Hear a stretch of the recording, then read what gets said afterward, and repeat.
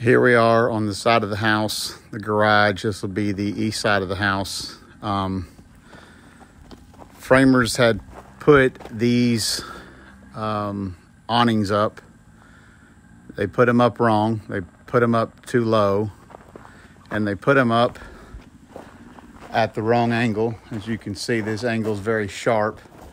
It does not match the angle behind it, and it's actually matching the angle up here, which is incorrect according to the plans.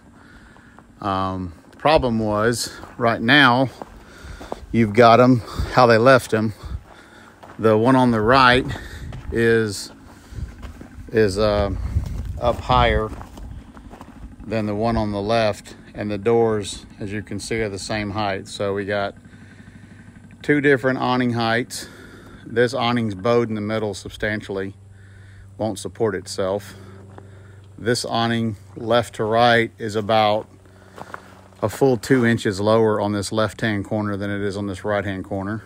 They had moved it up because the plans actually had an outswing door, and we put the outswing door up, or attempted to, and the awning was too low and was too low, and the door was hitting the awning, so it wouldn't open.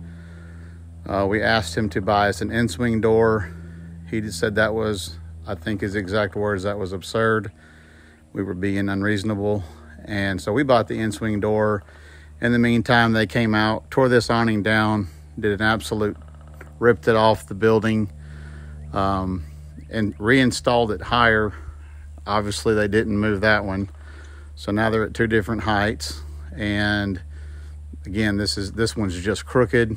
It looks obviously wrong. I'll show you some more of their very poor workmanship.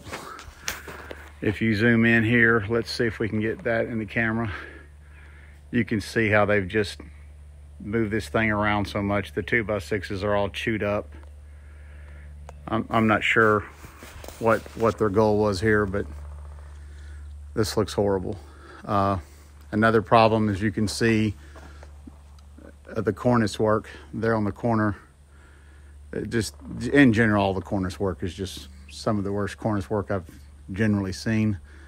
But if you take and measure these things, and we've done that, it'd be hard to show you on this video, but when we've measured them, it's the problem is when you measure them, there's a lot of problems. The bricker has to really do some cheating to make up the difference, and in some places it's not going to be possible. This particular corner, we dropped a plumb bob from this brick ledge here all the way up there, and the cornice work is off substantially. Worth mentioning is, look how this eave was done. I mean, I can't see a worse way to do an eave soffit. I have no idea. I've never ever seen anyone think this was acceptable. It looks horrible. That should have been cut at a direct 90 on either side, or 45'd, or something different. And one more thing worth mentioning is, every bit of this soffit, when they were installing it, I pointed out to them, we're spray foaming the house. We've talked about that from day one. And for some reason, they still thought we would need perforated soffit. So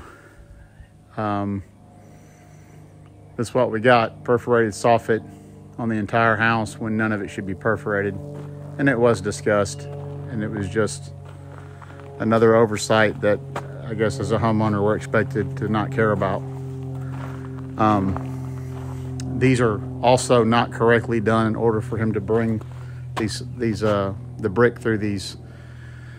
The brick will not go through here. If you look, he's got it where you can't get the brick through, because he's got a 2x4 behind there. There's just not room. It should have been left open enough to do what they call through brick.